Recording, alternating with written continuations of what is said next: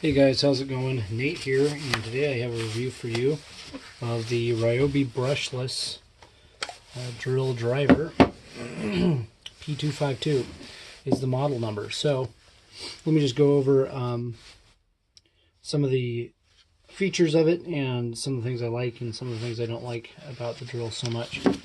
So I got this with a set of 3 other brushless tools, and it was a pretty good deal. I ended up getting the set along with a couple of sets of batteries, so I ended up getting, I think, 6 batteries total, and the 3 tools.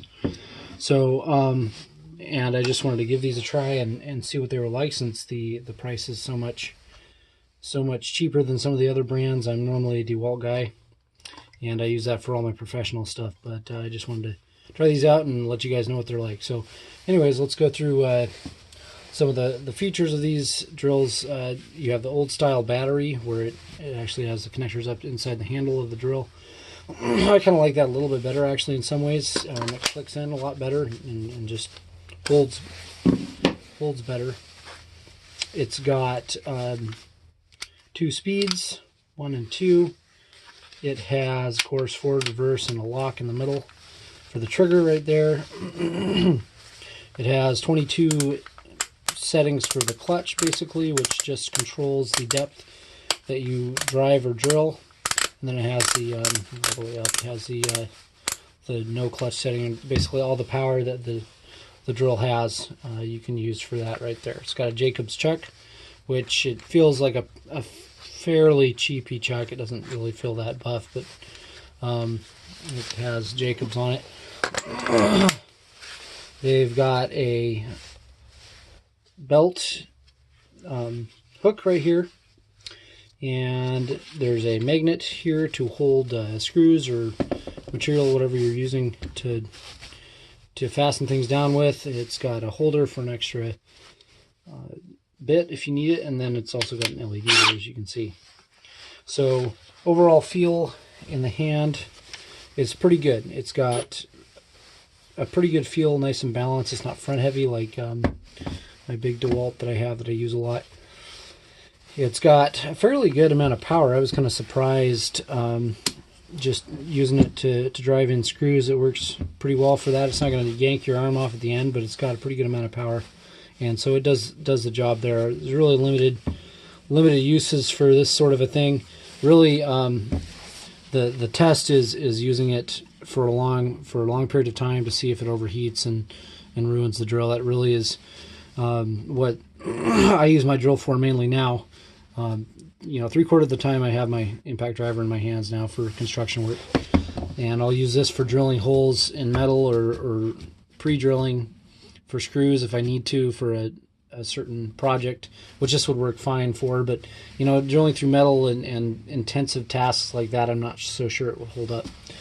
I haven't tested that, of course, because it's still working. But so yeah, so the features, and you kind of notice this with Ryobi, a lot of the features are there that they have on other brands, but they kind of fall a little bit short. So for example, the belt clip, well, yeah, it works, and it'll hold it pretty well, but basically it's a chunk of thick bent wire. And you look at let me grab my DeWalt drill here, but you look at some of the other brands, and I mean, they have really buff belt holders. They're not going to come. It's not going to come flying off, you know, 2 stories up and crash on the ground. And this one, I'm not so sure about. It's there, but it's kind of cheesy. Same thing with the LED. It's right here. It lights up. It lights up your area.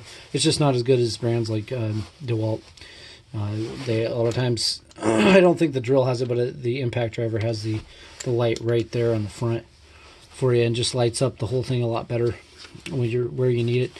The bit holder is nice. They used to have these on all the old drills, and they kind of went away from it, and I missed that. I'd really like to have a spot for one more bit, because a lot of times you need, if you're doing roofing, you know, a lot of times you need a 2 different sizes of bits if you're putting on metal or something, and so that would be really nice to have, and they included that here.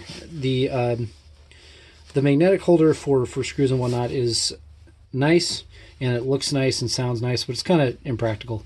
You can hold, 4 screws on that max, and it's easier to just hold them in your hand and do them like that, especially if you're doing construction. If you're doing hobby work in your shop, it might be a different story, but really for doing any kind of large scale work with this thing, that's not going to be really useful in my opinion. So it feels good. It works. I don't know how long the batteries last. I haven't had Ryobi long enough to find out and used it long enough. I've heard that it's not that bad, but probably not as good as some of the other brands. So it gets the job done. It definitely doesn't outdo any other brands as far as I've seen based on my use of this.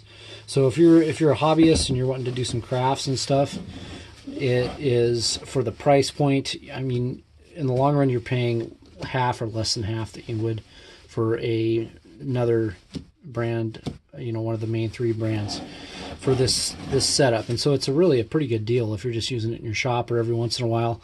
That's what I'm going to be using these for, is for just around the house hobby stuff. If you're a professional contractor, you're probably not going to want to go with this. I would say that now. I've put my DeWalt tools through some serious abuse, and I really I don't think that this tool would stand up to the abuse that I've put those through, and they still work fine out in the rain, the snow, and whatever, and they still get the job done. But for the price, it's not that bad at all. So I think that's about it. All I wanted to say. If this helped you out at all, or you have any other questions, please comment and let me know. But if this did help you out, I'd really appreciate a like, and go ahead and subscribe if you want to see more of these. I'll be doing more Ryobi videos as well for some other tools that I picked up to use in the shop, just for some hobby tools. So I've got a video of a cordless router that they have, and then a cordless belt sander too. That cordless brushless belt sander. So stay tuned for that. All right, thanks for watching.